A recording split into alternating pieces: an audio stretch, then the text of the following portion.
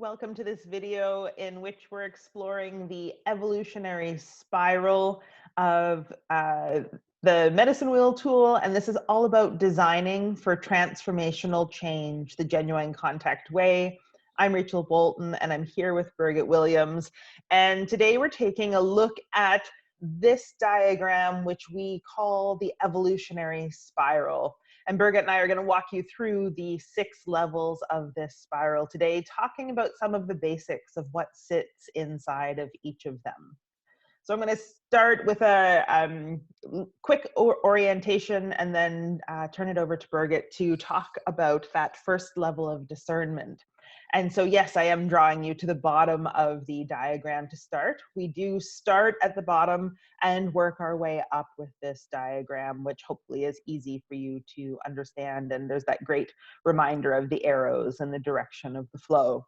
So it starts at the bottom with that layer of discernment, and then we move up through 5 more stages of readiness, engagement, construction, implementation, and monitoring and adjustment. And these 6 layers form the evolutionary spiral, which is all about designing for transformational change. And Birgit, I'm going to turn it over to you to talk about that first layer. Thanks, Rachel. And when we talk about designing for a transformational change, this is about design. It's about assisting. It's a framework that assists us as consultants, facilitators, leaders, coaches, that assists us in thinking through all of the pieces that we need to think through when we're assisting teams, organizations, our clients, ourselves, to navigate through a change process. This first layer of discernment it is about developing clarity about the purpose of what we are actually engaging in. People will come forward to us as consultants and we'll talk about, they know that the current state of something is not where they need to be as a team or as an organization. They might have some thoughts of what they would like to have in the end or not. They just know that they've got to do something differently. And we begin by taking them through a simple process to engage in discernment for themselves, to develop clarity about the purpose of what they're undertaking. In the center of the diagram, which is one level of this evolutionary spiral, every level is a disc. We've set them up this way, and you'll recognize that this diagram on the right is a version of our medicine wheel tool. So as we go through this one is the service delivery model. In the center, we have development goal. It could say business goal, but what in the world are you wanting to achieve? Basically, like, what's the purpose of this? What's the purpose of undertaking a change of some sort? And getting clarity, discerning that, and then walking around this particular layer, looking at, well, what do we currently know about leadership for achieving the goal? What do we currently know about the vision for the outcome? What do we currently know about the community of stakeholders that need to be involved? And then what do we currently have in mind or are thinking about in terms of method? An example about method might be, is it going to be a dictated process of change, or is it going to be participatory? There's all sorts of choices that ultimately get made. At the start, it's important to go slow, to go through discernment before just heading right into the rest of the project. I love using this service delivery model, so I'm glad that we've got it here because it's such a simple way of looking at what can feel like a complex task, especially when the pieces of that picture aren't clear. As there is that development of clarity, we move then into the next layer, which is about readiness. And this readiness really is based on that purpose that is discerned in that first layer. Is there readiness regarding leadership, vision, community, management, relationships, and circle of the whole? And what about the readiness in relationship to the environment? I think this key phase of readiness, we talk a lot in Genuine Contact about go slow to go fast. And this layer of readiness is such a lived example of that. Slowing down, making sure that all of the people and all of the parts of the organization are really truly ready for that transformational change is what equips those later parts, especially when you get into the like construction and above, to go quite quickly, because you've done the work now to make sure that everybody's really okay and really ready to get started. Modules in the Genuine Contact program that assist with the process of readiness include the module Path to Organizational Health and Balance, Achieving Organizational Health and Balance, which is about developing a baseline of information. It's about diagnosis and thinking about, well, if we're not sufficiently in our state of health and balance, what do we need to do to regenerate ourselves so that we're in sufficient healthy balance state so we can take ourselves successfully through a transformative process. There's a few other modules that are really helpful. Those are the ones that I'll mention for now. So moving on from readiness, the next layer is all about engagement. And engagement comes with a caution because in our experience, we know that just because readiness is in place, don't assume that this means that the people are actually engaged. We might be prone to think that readiness implies engagement, but they are actually different things. So being really clear that readiness does not imply engagement. This is an opportunity, a time now for a second round with the medicine wheel tool. Again, doing the work of ensuring that not only are people ready for the organizational transformation, that the organization is ready for it, but also that there is engagement in the people in the process that's coming. An example that I'll give is one in which people have gone through organizational change processes or team change processes in the past, and there's some leftover residual negative feelings about things that happened or didn't happen, or sometimes a sense of betrayal is still left over. And the organization, the people now might be in a state of readiness. All the pieces are in place, and from a organizational perspective, it looks sufficiently healthy and balanced to keep going with its transformation with a big change. And yet there's something inside of the people that says, this time, dare I hope, is it actually going to be real? Am I going to feel good about the fact that we are actually in movement, that this is going to go well this time? Or am I going to feel that somebody has, is sitting in the background ready to pull the rug out from under us, so to speak, or something's going to go wrong?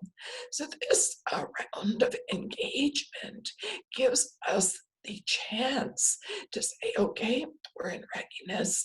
Um, let's let's clear up whatever conversations need to be cleared up, and engage in different looking forward aspects um, that allow people to say, okay, I might still feel a bit uncertain. I might be afraid because we're heading into the unknown. I might not be really deeply into trust yet. In fact, one of our key people once said, I'm guardedly optimistic, which I love that phrase. He had no reason to be really optimistic, but guardedly optimistic meant I'm engaged. I watched it happen in this engagement layer. So much had gone wrong in that organization, but through this layer of engagement, he was able to say, okay, I'm ready to be guardedly optimistic. I'm on board. I'm engaged to do my part to help this move forward. I think doing the part to move forward is a great segue into looking at the next layer of the 6 evolutionary spiral layers. And this one is the layer of construction.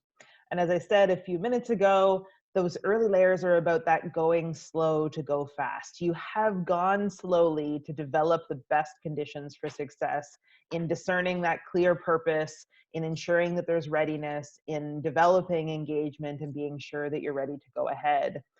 And in all of that time, you've been thinking about this thing that is going to happen. There's going to be some kind of transformation. We sort of have an end goal of what that looks like, but the construction is really, for me, where those things start to come together. And it's really from that lens, not just of, okay, we're going to do this process and then we'll be done and the organization will be transformed, but we're going to think about what are we constructing as the plan for transformational change, with a view of what success of that change is going to look like. So it's that time of construction, and it's that third round of the medicine wheel tool that's really about thinking out and thinking through what it is that you're going to do to achieve that transformation, and then getting prepared for the next layer of actually doing the transformation itself. In my early days as a leader and as a consultant, I would move quickly into this construction layer. I didn't even know about the discernment or the readiness or the engagement. So I would just begin with construction. Okay, what needs to be constructed here? How are we going to go about it? Let's get the job done.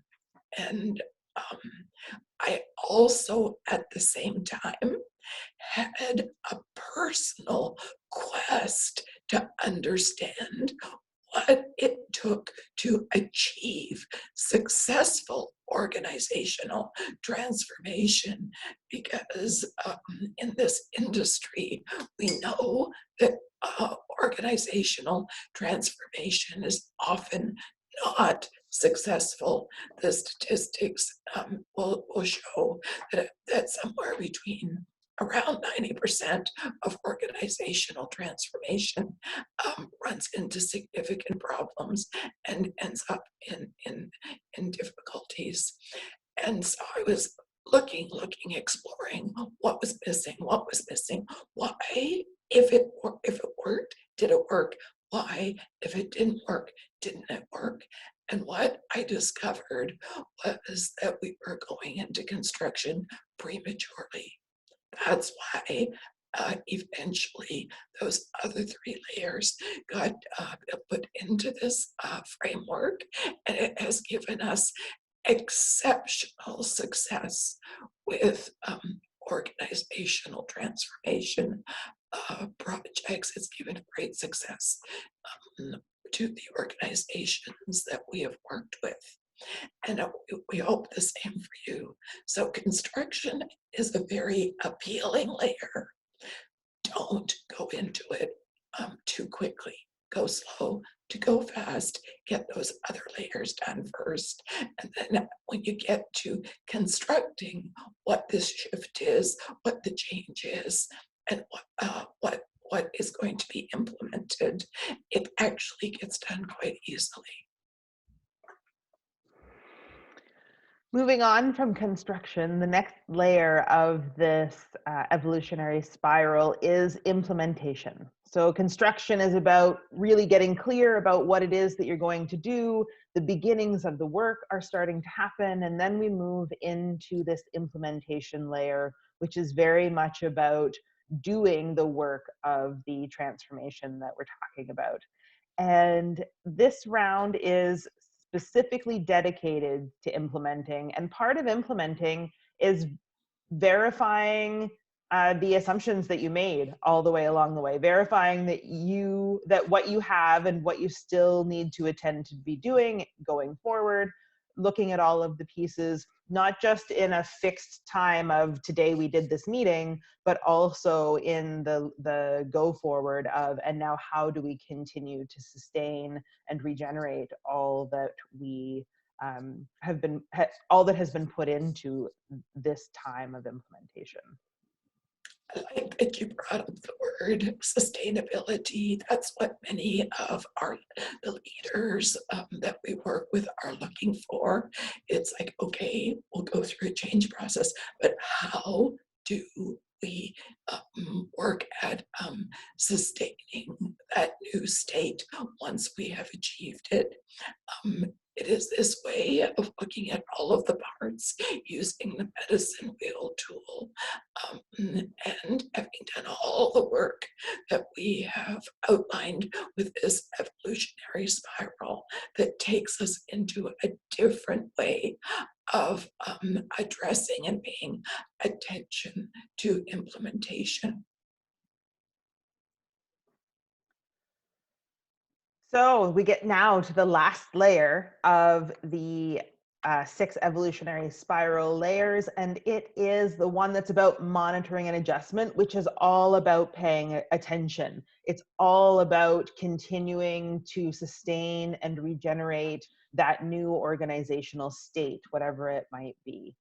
Progress gets monitored, and that's about whether things are staying on track or going off track. Why are they staying on track or going off track? Making adjustments to get back on course as necessary so that small course corrections are happening all along the way to continue the organization in its desired trajectory after the implementation is complete. This is the 5th round of the medicine wheel tool that is used to think through how does monitoring and adjustment happen? What are we needing to pay attention to? Who is taking the leadership to look after it? All of those sorts of things. So again, looking at this medicine wheel tool that we have on this to the left here, in this case, in the monitoring and adjustment period, there was X, if you follow what is like a thread that goes northward from purpose, you'll see that it goes quite deeply into the leadership quadrant, asking lots of questions about what needs to be adjusted now that we are in this sustainability phase into this new way. What conversations do we need to have? What are we monitoring? What needs to be adjusted regarding the topic of leadership? Getting into vision, if you follow that thread, didn't need to go too far into vision in terms of our monitoring and adjustment work on this round. Didn't need to go too far, too deeply into the sense of community of stakeholders. And then again, went quite deeply into the functional component of management, what needs to be managed, systems questions, resources questions, and so on. So this wheel, by its nature, assists in planning for monitoring and adjustment and assists in carrying it out. And with that, we come to the end of these 6 layers of the evolutionary spiral and the ability to continue going forward in whatever that new organizational state is. We've been talking about this from the framework of organizational transformation. We want to highlight some uses of this 6 layers of the evolutionary spiral. We know that these are just some to get you started in your thinking, but this model can be used in the planning for an organizational transformation, as we've been talking about. It can be used in the planning for a participatory meeting, undertaking any new project. When something new is beginning in an organization, looking at it through this very holistic lens, leadership development, and just about any other new idea that you are undertaking implementing. The uses can be for things that are very small, and also for something that's here's what we're going to be doing today, but is also as big as something that is a multi-year organizational transformation project within a huge multinational organization. So we're highlighting some of these to foster some creative thinking of how you might take this evolutionary spiral process into the work that you are doing. What with frequent use of the evolutionary spiral as a framework that you adopt, you discover that your mind runs through those layers as you're thinking, just in the course of your day, as you're thinking. And at least that's what happens with me. And then I'll go, okay, I need to pause because I haven't done the discernment on this one, or I haven't looked at is there sufficient engagement to go ahead with construction. Wonderful. So with that, we come to the end of our exploration of the evolutionary spiral as a tool for use in all sorts of different ways. And where you're watching this video inside our Learning Hub, you'll be able to find a copy of it as well for your use in your planning as well. We'll see you in the next video.